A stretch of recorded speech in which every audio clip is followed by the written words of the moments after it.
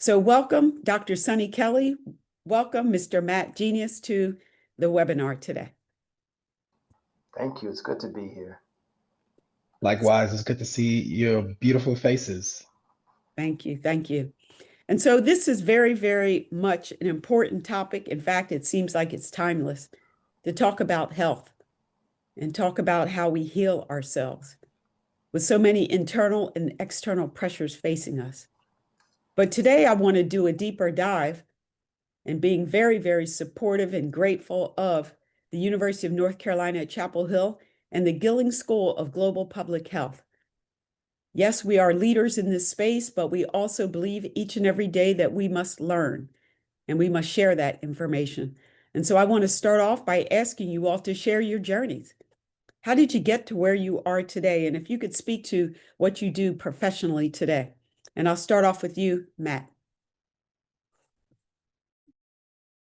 Again, thanks for having me. Thank you to all the sponsors and everyone that made it possible for us to be here today. I am grateful to be here. And my journey started, I would say, in high school when I was in a class called Law Studies, and I encountered a terminology that I never heard before. It was learned helplessness.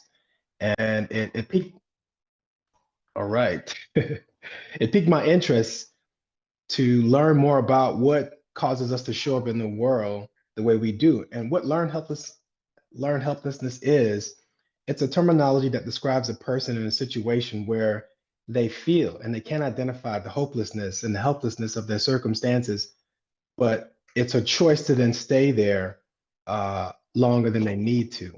And I was curious from then on about psychology. What got me into the field of marriage and family therapy was being an undergrad. I volunteered at a lot of different spaces, juvenile centers, schools.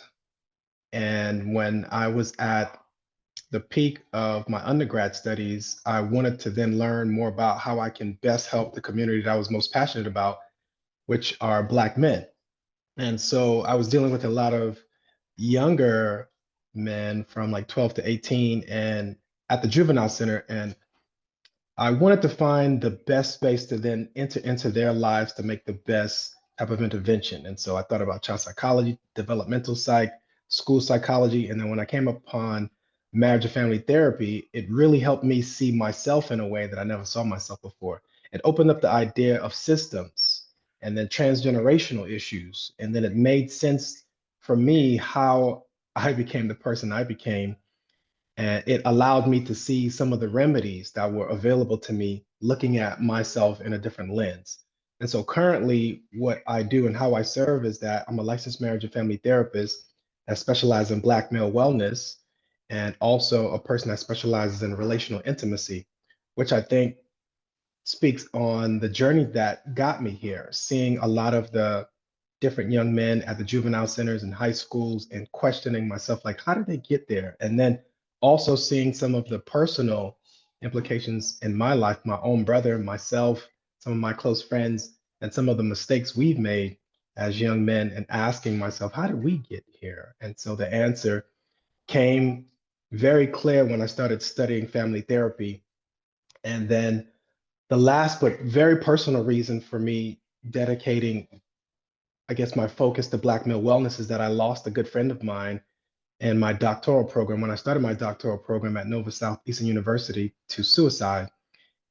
He completed suicide at the end of my first semester in my PhD program, and I never had the opportunity to go back and complete.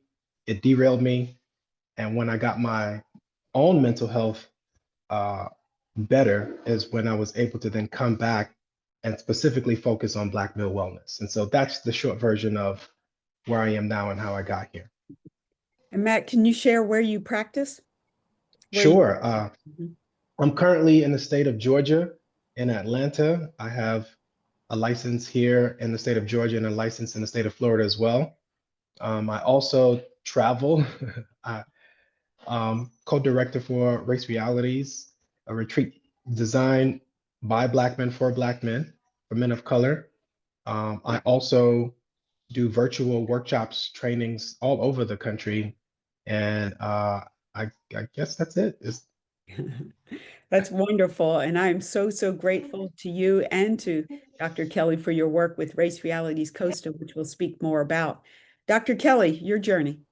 I'm also glad to be an RR representative here as well. But my journey started back in California in the 70s. I won't say what year. I'm getting to that point now where you don't ask a gentleman about his age. But I was a little brother, and much like Matt's entree into this work of mental health and advocating for men and especially men of color, I grew up with men in my house, two big brothers and my father, and some things functional, some things dysfunctional. But I can tell you this, that there was a lot of animosity between my brothers and me. I was always the youngest, so I was always silenced. So I learned to talk fast and loud. So I'm going to ask you for forgiveness right now. If I'm too loud or I'm too fast, it's because I learned to get a word in edgewise. I really had to be dynamic, and that actually made me bloom and blossom as a speaker and as an actor. So I grew up in the Los Angeles area, Orange County, really, and started doing some childhood acting. And I thought I might be an actor, but then I went off to Stanford University for college and studied international relations with an ROTC, Air Force ROTC scholarship. So I went into the Air Force. And so my life took several turns, but I always found that the gift of gab was able to talk me out of things and into things. And so I became an intelligence officer, and I was stationed here in North Carolina at Fort Bragg. And at that time, I learned the importance of speaking up, but also speaking with temperance and understanding when you're within systems, certain systems and structures, especially hierarchical ones, you have to find a way to be heard and to advocate for people and stand for and with people and in ways that are creative and more effective. And so I learned to be quieter and to adjust, but never to hide or lose who I was. And so it was an ironic thing. Being in a military uniform, you become this one band, one sound entity. I'm an Air Force officer, but at the same time, I felt that I was able to be more of myself in some ways because I had this authority as a captain in the Air Force to say and do and call the shots in ways I never could as a little brother. So I learned how to wield power with responsibility. And while I was doing that, I got involved with mentoring. And all through college, I was always interested in mentoring, but I really wasn't sure about how to enter into it. Well, I got a mentor when I was an Air Force officer here in the early 90s, late 90s, early 2000s. And I started working with a program called Find a Friend, which is a program that works with mostly low wealth children and communities where they have several challenges, socioeconomic challenges, academic challenges, etc. And they look to match the children, especially boys, with men who are willing to volunteer. So I was an officer in the Air Force here. I found out about it. I joined up with the program, fell in love with it. And when I got out of the military, I started working for Find a Friend.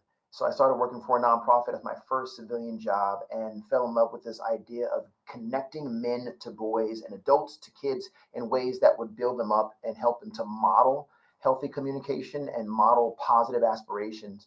And from there, my wife got stationed in San Antonio. I was a military spouse, so I had to learn how to live on the other side of it now. And we were in San Antonio for about 8 years, and I became a pharmaceutical sales rep, a college admissions counselor, and finally a youth pastor. And that's when really God touched my heart. And I learned the power of operating within the channels of faith and even in the religious setting, within the four walls of the church, to bust out of those four walls, to let people know that there is salvation, but there's also redemption and there is recovery and there is connection through faith and through a brotherhood and sisterhood of faith. Oftentimes we don't do it right, especially in what we call the Black church, but there are some nuggets there. There's some heritage that really should and can be passed on toward the legacy, toward the next generation. So I learned the power of teaching and learning our traditions and believing and hoping in those things that we cannot see. Faith is the substance of things hoped for, the evidence of things not seen. So long story short, my heart and my mind drew me to teaching. My father was a high school teacher, never wanted to be one, but I got this gift of gab, and I love kids, put them together. And I love young people in general. So I started pursuing my PhD at UNC Chapel Hill in 2015. That's where I met the inimitable, the incomparable Dr. Deborah Stroman when I was learning about race and how race impacts all of these elements of socioeconomic challenges that we see in life. And I learned how to just analyze, some would say critically analyze, how race and how difference and marginalization happen, and how we as teachers have such a great responsibility to lift people up and out and through, but also to acknowledge what we're in and how we need to change the systems and structures as well as empower the individuals. So now I got my PhD in 2020, and I am here at Fayetteville Technical Community College, where I teach interpersonal communication, intercultural communication, and public speaking. Some would say Americans' worst fear, but I'm glad to help them press into that fear and encourage them to speak better and to speak well and more. So I'm also a coach. I coach people in positive self-concept, positive self-talk, public speaking. I'm also a youth pastor at my church, One Church Covenant Fellowship, right in downtown Fayetteville, where my wife Elaine and I work together as co-youth pastors, empowering, educating, engaging young people and enlivening their faith. And so glad to be here with you all. Well, hopefully you all can see why I'm so excited about Dr. Kelly and Mr. Matt Genius in terms of their work with Race Realities Costa. Race Realities Costa is a retreat, a men's retreat for brown and black men, where we spend a week in beautiful Coweta, Costa Rica, and we do everything that these gentlemen spoke of. So let's talk about how you guide and how you share. You know, we often talk about mentorship, and I'm a big, big proponent of mentorship, but there are other ways, right? There's coaching, there's mentorship, there's sponsorship. Now, we don't have time today to talk about all of them in great detail, but what I do share with people is that coaching is talking to someone, talking to someone. And then mentorship is talking with someone. And sponsorship, and especially if you are an adult, a professional trying to move up the ranks, sponsorship is the most important because that is someone talking about you, as in we can't be everywhere. And so you need a sponsor, generally someone at a higher level than yourself, who is going to tell your story for you. And then they lift you up into that next level. So I'm going to ask both of you to please respond to the mentors in your life, the coaches in your life, the sponsors in your life, who helped you to arrive to where you are today. Dr. Kelly? Wow, I instantly think of my father. I don't mean to sound cliche, but I had a dad who doted over me and my brothers and loved us in a way that was not perfect at all. He was busy and he worked and he was always hustling. But I remember when he would take us to campus. He was a high school teacher at Dominguez High School, Compton, California, tough school, relatively speaking. And he would bring us boldly onto that campus to meet his students. And he was so proud to introduce his children. And you talk about that last part of how we can champion people and how we can be their patron or their sponsor. My father showed me the power of sponsorship early in the game. He spoke to people about me in such a high and lofty way when I was just a little boy that he made me think I was something and that I came from something because he told everybody about it. And he was my hero. So to have my hero telling other people that I was a great kid and I was really smart and I was going to be something in the world, even though I had no idea what I was going to be, that meant a lot.